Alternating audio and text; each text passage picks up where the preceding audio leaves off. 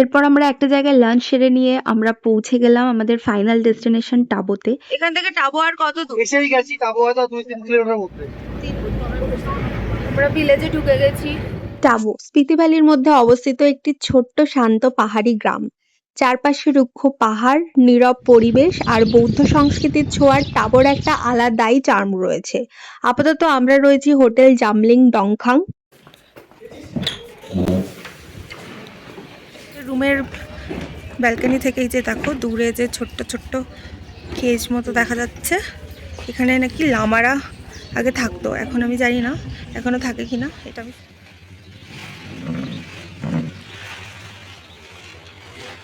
আমরা টাবোতে এসে যেই হোটেলটাতে রয়েছি তার পাশ থেকেই নিচ থেকে আশেপাশে হচ্ছে মার্কেট। তো এখন হচ্ছে মার্কেটে যাচ্ছি, আর এখানে দুটো মনেস্ট্রি আছে, এখন একটাতে যাব আর কালকে সকালবেলা একটাতে যাবো। তারপর এই ছোট্ট শান্ত পরিবেশের মধ্যেই কিন্তু সমস্ত কিছু হাতের মুঠোয় রয়েছে। এখানে হোটেলস, বাজার, হাট, যা যা প্রয়োজনীয় জিনিস সমস্ত কিছু এখানে অ্যাভেলেবেল। আর এখানকার মেন অ্যাট্রাকশন হচ্ছে দুটো মনেস্ট্রি।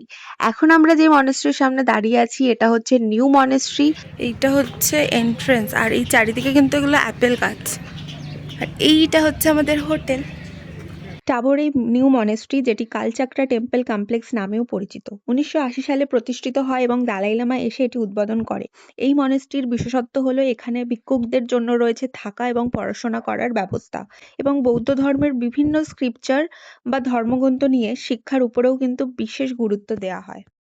ওল্ড মনেস্ট্রি খুলে গেছে, টাইমিং হচ্ছে 9টা থেকে। আমরা এখন চলে এসেছি ওল্ড মনেস্ট্রি, যেটার নাম হলো টাবো মনেস্ট্রি। এটা কিন্তু পুরোটাই মাটির তৈরি, কি সুন্দর দেখো। এখন আজকে করে ভেতরে যাব, এটা হলো এন্ট্রেন্স। এদিকে ঘুরিয়ে দেখো, নিয়ে আয়, ওটা নিয়ে আয়।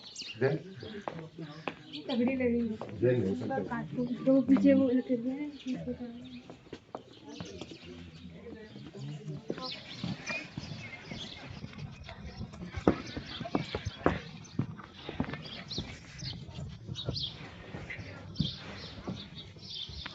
তো ভেতরটা দেখে আসলাম, জাস্ট ভীষণ পিসফুল। ওখানে সব জব করছে, একদম সাইলেন্স ভিতরটা। সত্যি কথা বলতে এখনো অবধি যতটুকু মনেস্ট্রি দেখলাম এই ট্রিপটাতে, one of the best monastery. মানে আসলেই ভালো লাগবে, স্পেশালি লোকে টাবোতে আসে এই মনেস্ট্রিটাই দেখার জন্য। দারুণ দারুণ, আমার তো খুব ভালো লেগেছে, মানে আমার জাস্ট গুজবাম্প আসছিল ভেতর থেকে।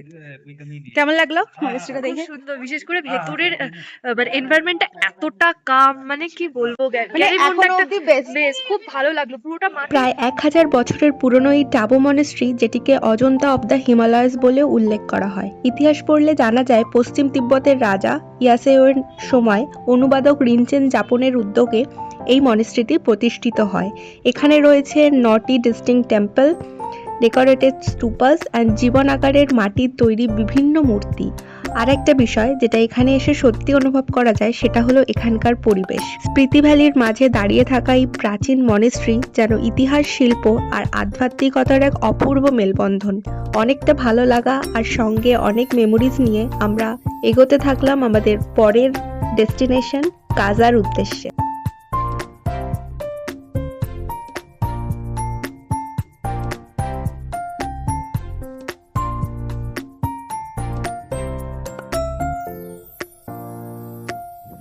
একদম মার্কেট এরিয়ার মধ্যে গেছি। এটা আমাদের হোটেল।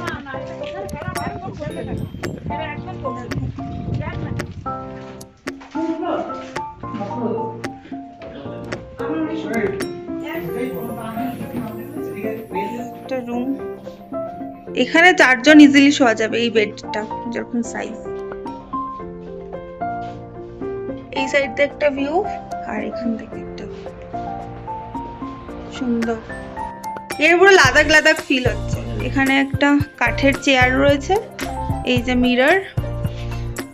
আমাদের রুমটা দেখতে সুন্দর, ছোট্ট কনজাস্টেডের মধ্যে, কিন্তু একটাই প্রবলেম, এখানে কমন বাথরুম, ছেলেদের দুটো মেয়েদের আরে দুটো। ছেলেদের মানে বাথরুম রুমের ফাঁকা সাথে থাকলে কোনো মেয়েদের অ্যাটাচ কোনো বাথরুম নেই। রুমগুলো ছোটর মধ্যে কোজি বাট সুইট, ভালো লাগছে দেখতে। বাইরে থেকে ভিউটা এখানে অনেক ধরনেরই রুমের ব্যবস্থা আছে, দুজন থাকার, ফ্যামিলি থাকার, বা গ্রুপে যদি অনেকে মিলে আসে সেরকম ধরনেরও রুম রয়েছে। যেরকম এই একটা রুম, এখানে একটা বড় ডাবল বেড আর সাইডে দুটো সিঙ্গেল বেড। এখানে শুধু একটাই প্রবলেম, এখানে কোনো অ্যাটাচ বাথরুম নেই। আলাদা আলাদা হচ্ছে কমন বাথরুম ছেলে আর মেয়েদের জন্য। এইসব জায়গাতে এইটা অ্যাডজাস্ট করাই যায়। এখানে অনেক বাইকাররাও আসে। পুরোটাই অ্যাডভেঞ্চারাস ফিলিং।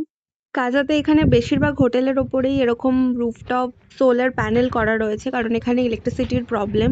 প্রায় ৩,৮০০ মিটার ওপরে আমরা আছি সমুদ্রপৃষ্ঠ থেকে। আর এটা বেশ জমজমাট একটা জায়গা স্পিতি ভ্যালির মধ্যে। একটা ছোট্ট মতো টাউন কাজা। আর সাইডের ভিউ দেখেই বুঝতে পারছো কতটা রুক্ষ পাহাড়, মানে বৃষ্টি তো হয়ই না প্রায় এখানে বলতে গেলে, প্রচন্ড ড্রাই ওয়েদার, পুরো মিনি লাদাখ। তো এখন আমরা কাজায় রয়েছি, আজকে এখানেই স্টে করব। এরপরে আমাদের সাইট সিন আছে লাঞ্চের পর। সো আমি নেক্সট পার্টে সেটা শেয়ার করবো। সো আজকের ভিডিওটা ভালো লেগে থাকলে লাইক শেয়ার সাবস্ক্রাইব করে দিও। দেখা হচ্ছে নেক্সট পার্ট নিয়ে, স্টে টিউন।